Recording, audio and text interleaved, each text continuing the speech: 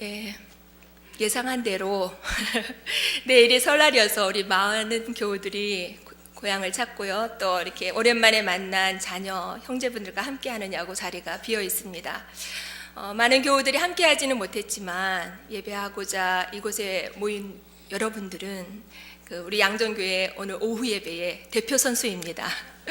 국가 간 시합에서 대표 선수가 나가서 승리하면 그게 공동체의 전체의 몫이 되잖아요. 기쁨이 되고, 여기에 안 계신 분들의 몫까지 오늘 끝까지 집중해서 예배드리는 시간 되기를 바랍니다.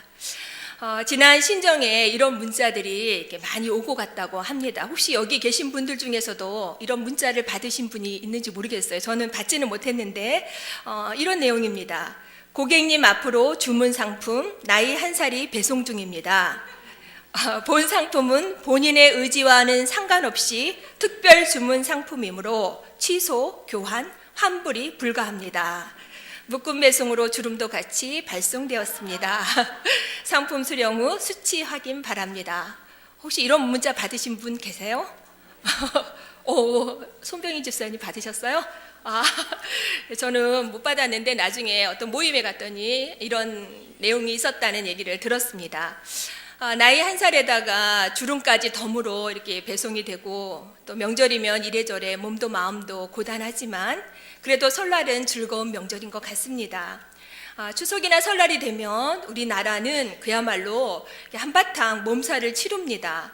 위에서 아래로 민족의 대이동이 시작되는데 올해도 설 연휴 동안 이렇게 며칠 전에 전망하기를요 3,154만 명이 이동할 거라는 그런 예측 보도가 있었습니다. 우리나라 남한 인구가 한 5천 명이 조금 넘는데 그걸 생각하면 굉장한 인구가 아닐 수 없습니다. 그야말로 민족의 대이동이죠. 그런데 이렇게 고속도로가 주차장이 되고 또 시간과 돈이 많이 들고 몸이 피곤하고 그래도 대부분의 사람들은 고향 가는 길을 마다하지 않습니다.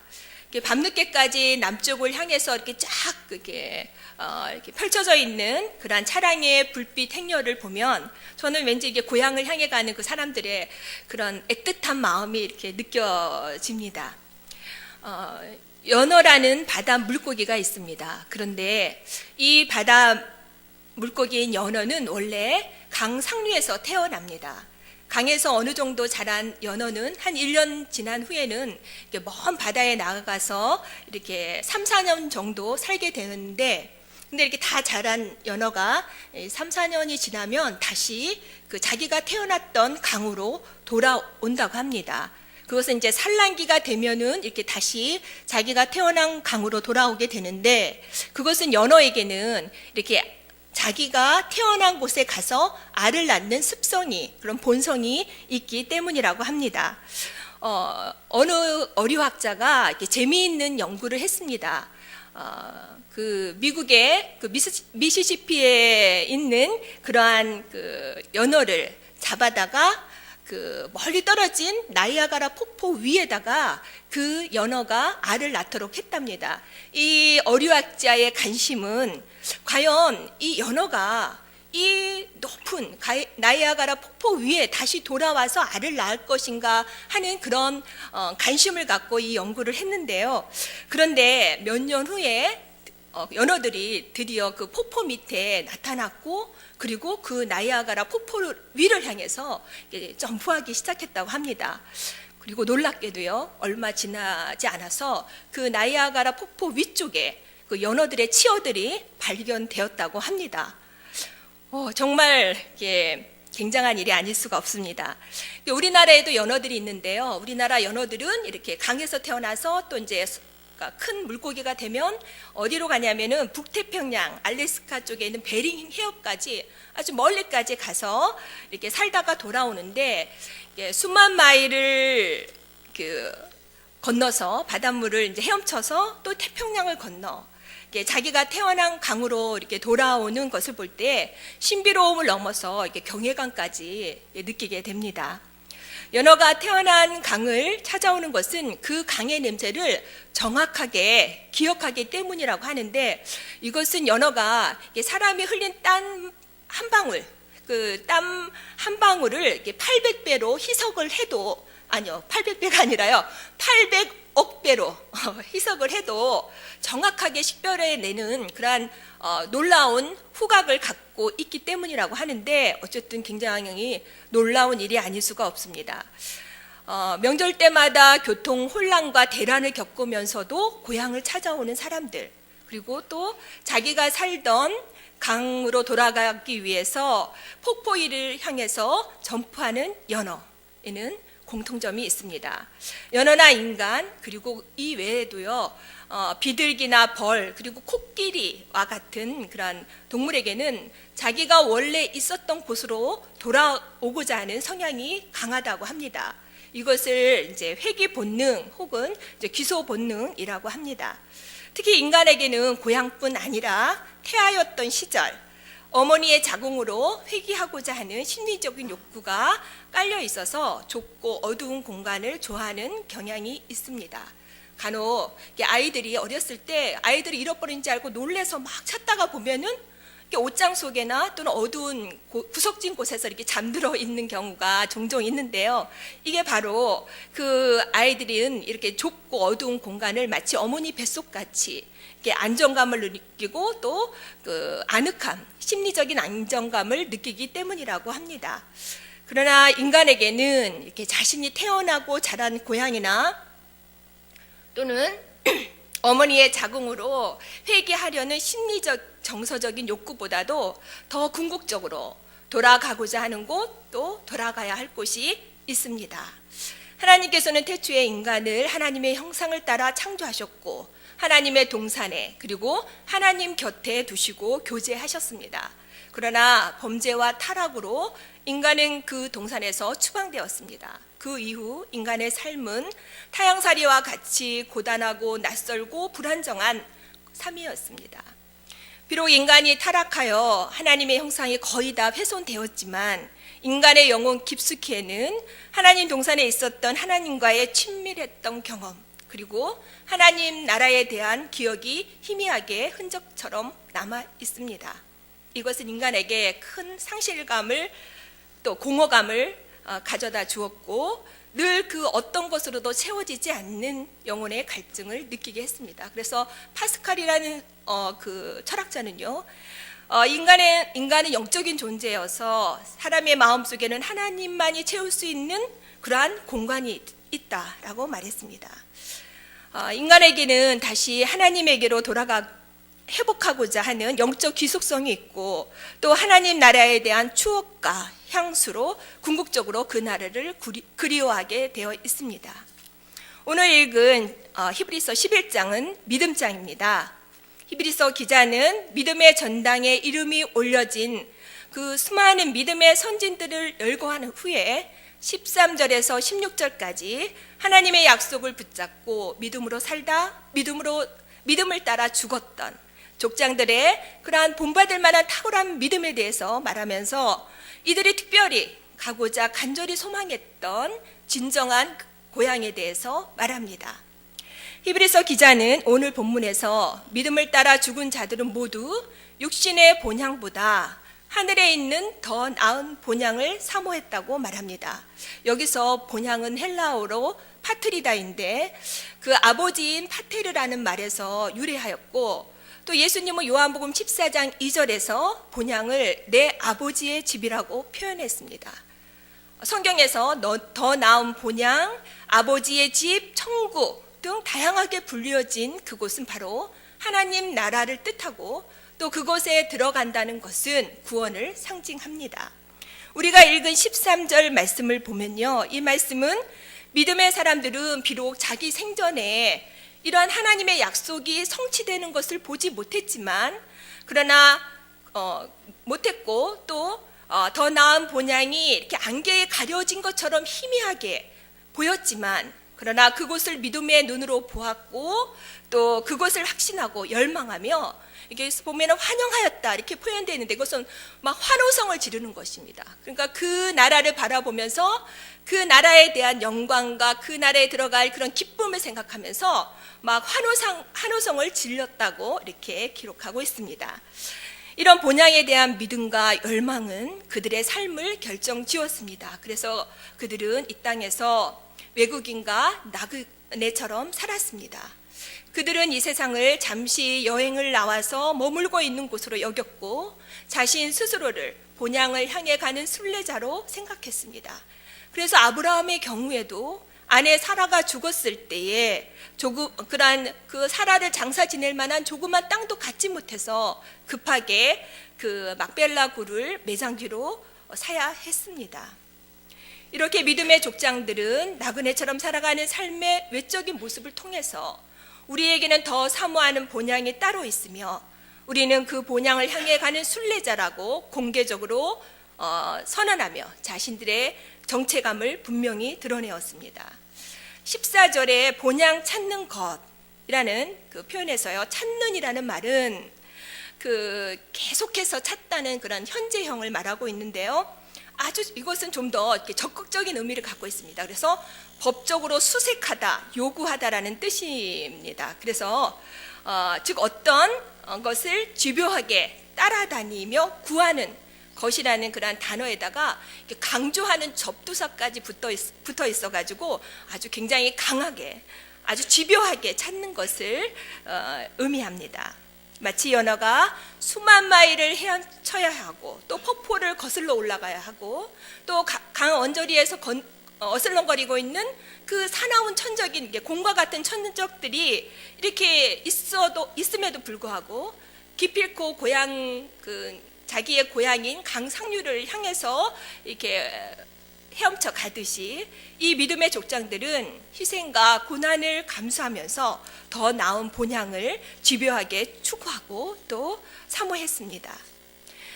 연어의 해기는 천국을 향해 순례하는 우리 그리스도인과 비슷합니다. 그러나 연어와 우리가 다른 점은 연어에겐 고향이 죽음이요 또 종착지이지만 그리스도인에게 본향은 모든 것의 회복이고 또 치유이고 또 영원한 생명이며 구원의 완성이 됩니다. 그렇다면 본향을 사모하는 우리는 이 세상에서 어떻게 살아야 할까요? 믿음이 있으니까, 본향 천국행 티켓을 따놓았으니까, 물리적인 시간이 지나가면 자동으로 갈 수 있으니까, 육체의 수명이 닿을 때까지 그냥 기다리기만 하면 될까요? 지난 2010년 여름 전 세계에 관심이 집중되었던 한 사건이 있었습니다. 그것은 바로 칠레에서 한 강산이 무너져 내린 것인데요. 놀랍게도 구조 작업을 펼치던 중 그 17일 만에 우리 33명 모두는 살아 있습니다 라는 그런 생존을 알리는 쪽지가 구조대의 탐색기에 달려 올라왔습니다. 이후 그들을 안전하게 구조하기 위한 특급 구출 작전들이 진행되었는데 그 구조 과정을 영상으로 보겠습니다. 이 영상은 이렇게 한 TV에서 이렇게 방영됐던 프로그램인데요. 이렇게 한 4분의 1로 편집을 했습니다.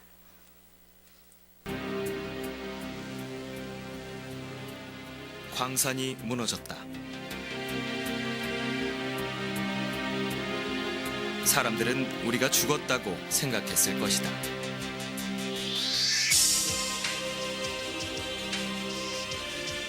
슬픔에 잠겨 있을 가족들. 다행히 운이 좋았다.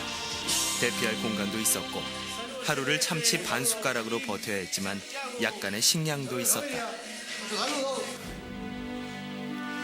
하지만 살아서 나갈 수 있을까? 그런데 17일째 되던 날 서서히 죽어가고 있던 우리를 향해 희망의 빛이 내려왔다. 그리고 우리는 다시 생명의 땅 위로 올라왔고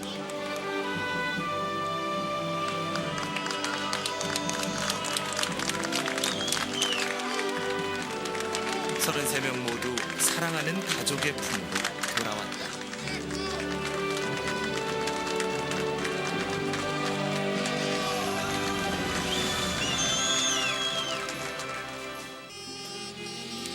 산호세 광산의 지반이 갑자기 무너져 내린 건 지난 8월 5일 밤. 광산에서 구리와 금을 캐던 33명의 광부들도 함께 매몰됐다. 비극적인 소식을 접한 가족들은 곧장 현장으로 달려왔다. 하지만 생사조차 파악되지 않는 상황. 그런데 17일째 되던 날, 구조대의 드릴에 쪽지 하나가 올라왔다. Estamos bien. Los 33 en el refugio. Esto salió hoy día. 살아있다는 것은 가장 큰 희망이었다. 작은 쪽지 하나에 가족들뿐 아니라 칠레 국민 그리고 세계가 환호했다. 그렇게 2달여가 흘러갔다.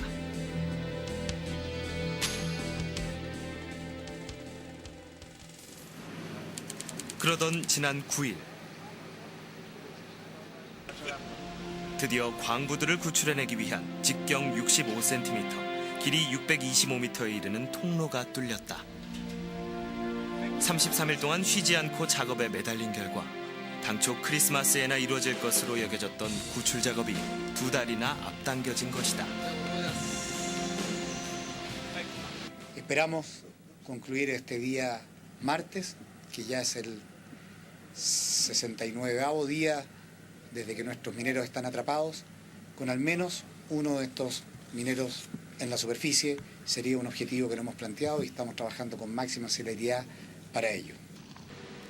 그날 밤 드디어 매몰된 광부들을 구출하기 위해 지하 700m 아래로 인명구조용 캡슐 불사조가 서서히 내려가기 시작했다.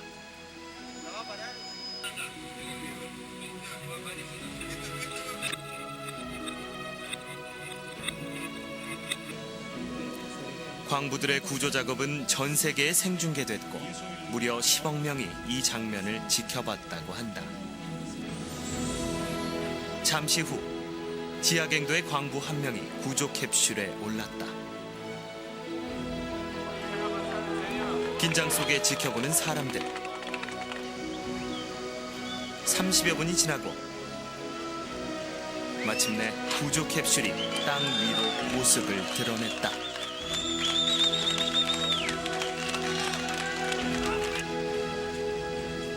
문이 열리고 69일 만에 생명의 땅으로, 그리고 따뜻한 가족의 품으로 광부가 돌아오는 감동의 순간. 그 모습을 지켜보던 사람들은 함께 뜨거운 눈물을 흘렸다. 40여 분 후 2번째 광부가 구출됐다.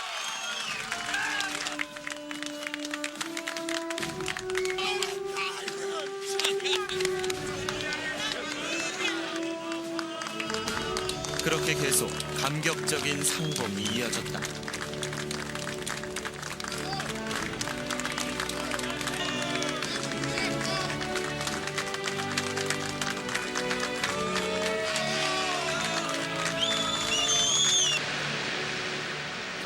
자정 무렵 시작된 구조 작업은 날이 밝을 때까지 쉬지 않고 계속됐고 9번째로 올라올 광부는 바로 고메즈 씨. 부인은 환갑을 훌쩍 넘긴 고메즈 씨의 건강을 걱정했지만 다행히 건강해 보였다.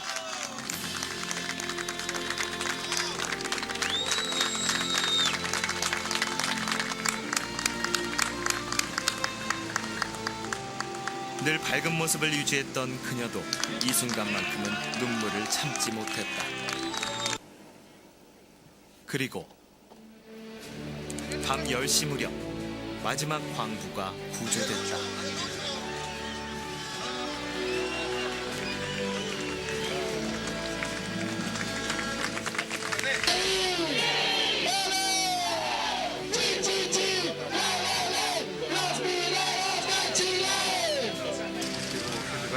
Del país. Estoy orgulloso por lo que ha hecho. Gracias a todos, gracias a los rescatistas, gracias a todo Chile y a todas las personas que han cooperado. 33명의 광부가 모두 무사히 구조되자 가족들은 물론이고 수많은 취재진들까지 하나가 돼 서로를 축하하고 기쁨을 만끽했다.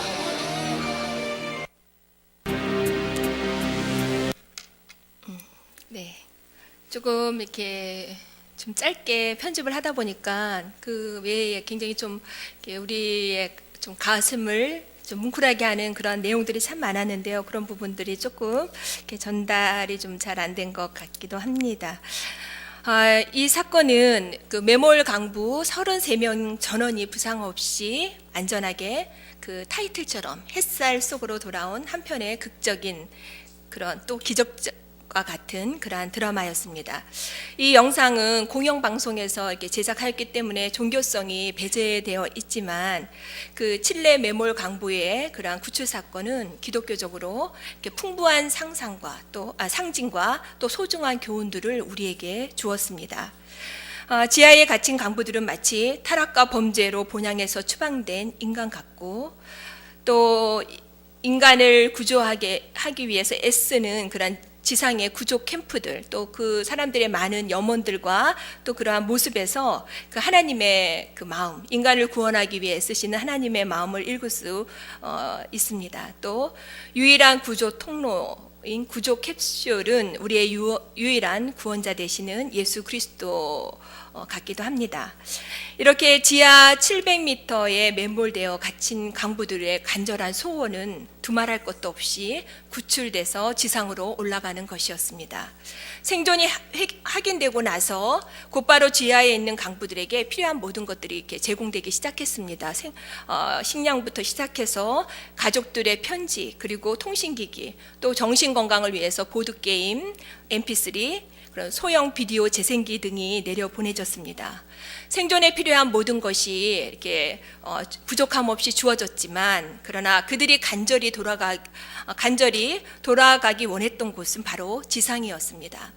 필요한 것이 다 제공되어도 그들에게 지하 갱도는 잠시 머물러야 하는 곳이었지 영원히 살 곳이 아니었습니다. 마찬가지로 이 세상이 아무리 좋아도 우리가 돌아가야 할 곳은 바로 우리의 육신의 고향도 또 어머니의 자궁도 아닌 바로 하늘 본향입니다. 그렇다면 강부들은 구조되기까지 어떻게 지냈을까요? 공급되는 건강식 먹고 또 무료함을 달래기 위해서 보드게임하고 지상에 있는 가족들에게 편지 쓰고 독서하며 구조되기까지 편하게 지냈을까요? 이 영상에서는 나오지 않았지만 구출 작업이 시작되면서 강부들에게는 특명이 내려졌다고 합니다.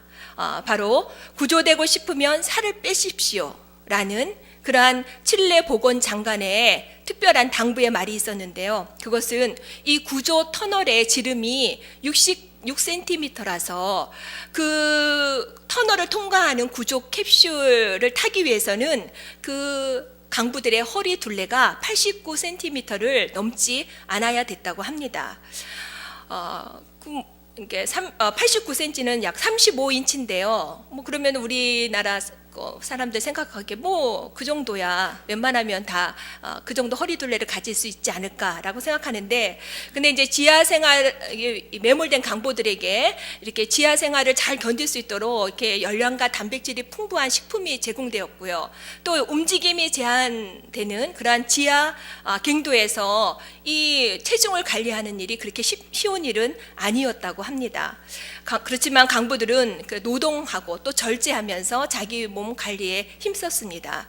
우리보다 체구가 큰 외국인이고 또 건장한 강부들에게 이 허리 둘레를 89cm, 35인치를 넘지 말라는 것은 아주 극도의 다이어트와 체중 감량을 요하는 힘든 것이었지만 이 강부들에게는 돌아가야 할 곳이 있고 또 돌아가기 위해서는 그 고통을 감수해야 했습니다. 강부들은 언젠가는 구조되겠지 하고 막연히 기다린 것이 아니라 한 사람의 낙오자 없이 구출되기 위해서 시기조절뿐만 아니라 그 자체적으로 엄격한 규율과 또 통제 그리고 또한 행동 수칙을 정해놓고 각자에게 역할과 임무를 맡겨 평소와 다름없는 그런 중노동을 하면서 69일을 보냈다고 합니다. 더 나은 본향을 사모하지만 아직 이 세상에 살고 있는 우리의 현실을 이런 강부의 상황에 대입해 보시기 바랍니다. 조심스러운 말이기는 한데요. 우리는 보통 이렇게 말합니다. 예수님을 마음으로 믿어 입으로 시인하면 구원 받는다고 하는데 맞습니다. 구원 받습니다. 그러나 성경 곳곳에는 단순히 주님의 이름을 부르기만 하면 천국에 들어갈 수 있는가에 대해 진지하게 생각하게 하는 그러한 경고의 말씀이 많이 있습니다. 예수님께서도 마태복음 7장 21절에서 나더러 주여 주여 하는 자마다 다 천국에 들어갈 것이 아니요 다만 하늘에 계신 내 아버지의 뜻대로 행하는 자라야 들어가리라고 말씀하셨습니다. 그리고 또 마태복음 25장의 그 천국 비유장에서는 당연히 자신은 천국에 들어갈 줄 알고 있었는데 그렇게 생각하고 있다가 의외의 결과에 대해서 당황하고 또 깜짝 놀라는 그러한 광경이 많이 나옵니다. 구원은 입으로 믿습니다, 믿습니다 라고 주문 외듯해서 들어가는 곳, 또 얻어지는 것이 아닙니다. 좀 가격한 말인데요. 구원에 이르게 하는 믿음의 진정성은 하나님의 말씀대로 살아가는 그러한 삶의 행동을 통해 드러나고 증명되어집니다. 열매를 보면 나무를 알 수 있듯이 우리의 믿음이 구원에 이르게 하는 참된 믿음인지의 여부는 우리들의 삶의 열매를 통해서 확인될 수 있습니다. 믿음과 행함은 동전의 양면과 같아서 야고보서 2장 26절에는 행함이 없는 믿음은 죽은 것이다 라고 말합니다. 우리의 믿음은 매우 긍정적일 수 있지만 그것을 삶 속에서 실행하지 않고 또 말씀대로 살지 않는다면 그것은 죽은 긍정이 됩니다. 강부들은 구조될 것을 믿었지만 그 구조의 조건이 되는 구조 캡슐에 자신들의 몸을 맞도록 만들었습니다. 우리도 본향을 사모하고 또 구원을 소망한다면 하나님의 말씀대로 행하여야 한다는 말씀을 심각하게 받아들여야 합니다. 옷을 만들 때 본을 대고 재단을 하듯 말씀의 잣대에 우리의 삶을 재단하여 잘라낼 것은 잘라내고 또 덧붙일 것은 덧붙여서 우리들의 믿음의 몸을 만들어야 합니다. 믿음과 삶은 분리된 것이 아니라 하나로 연결되어 있고 또 말씀대로 행하는 삶은 믿음의 바로미터가 됩니다. 그리고 강부들이 온도 32도 또 습도 90%가 넘는 그런 지하 700m의 폐쇄 공간에서 69일 동안 견뎌낼 수 있었던 정신력, 그 힘은 바로 신앙에서 나왔습니다. 우리나라 동아일보는 이 사건을 보도하면서 5번째로 구출된 강부, 그 이름이 산체스인데요. 그 산체스가 이렇게 말을 했습니다. 우리는 33명이 아니라 34명이었습니다. 한 분은 하나님이셨습니다. 그분은 우리와 함께 있었습니다. 라는 산체스의 말을 인용해서 그 33명이 아니라 34명이었다는 기사 제목으로 대서특필했습니다. 우리나라 신문사에서 한 신문, 그 대표적인 신문사에서 이런 제목으로 글을 실을 수 있다는 것, 저는 굉장히 인상적이었습니다. 이것은 마치 풀무불 속에서 있다가 구출된 다니엘의 그 세 친구 사건을 떠올리게 하는 내용이었습니다.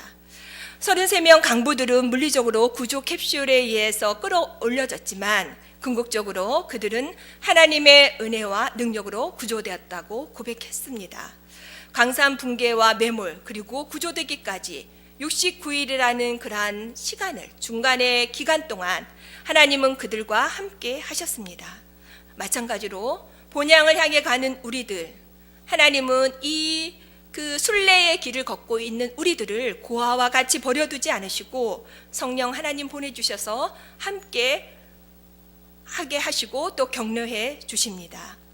대부분의 사람들이 고향을 찾고 또 고향을 추억하며 그리워하는 이때 하늘의 시민권을 갖고 있는 우리 모두가 사모할 본향은 바로 아버지의 집 하나님 나라입니다.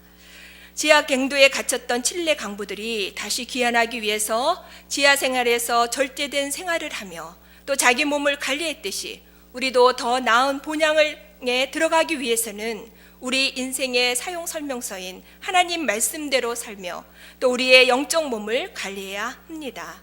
말씀을 잣대 삼아 우리의 현재의 삶을 재단하고 관리해야 합니다. 그리고 현실에 충실해야 되지만 동시에 더 나은 그러한 삶을 위해서 또 영원한 것을 얻기 위해서 투자해야 합니다. 그래서 이 땅의 수고를 다 마치고 그 본향에 마침내 도달하면 그 강부들이 무사히 기한했을 때, 그 지상으로 끌어올려질 때마다 전 세계가 환호하며 환영하였듯이 앞서간 믿음의 선배들 또 허다한 증인들이 뜨거운 한호와 갈채로 입성하는 우리를 맞이해 줄 것입니다. 기도하겠습니다. 존귀하신 하나님, 우리가 비록 이 땅에 발을 딛고 살아가지만 그것으로 끝나는 것이 아니라 하늘나라의 시민권을 가지고 순례자의 삶을 살아가는 소망 있는 존재가 되게 하심을 감사드립니다. 이 땅에서의 삶도 그 본향을 준비하고 예비하는 자세로 주님의 말씀으로 치열하게 우리 자신을 닫고 가다듬어 본향에 들어가기에 합당한 모습을 갖추게 도와주시옵소서. 이 세상의 고단한 여정에 힘주시기 위해 성령 하나님을 우리 곁에 보내주시고 일마다 때마다 힘주심을 감사드리며 우리 주 예수 그리스도의 이름으로 기도드립니다. 아멘.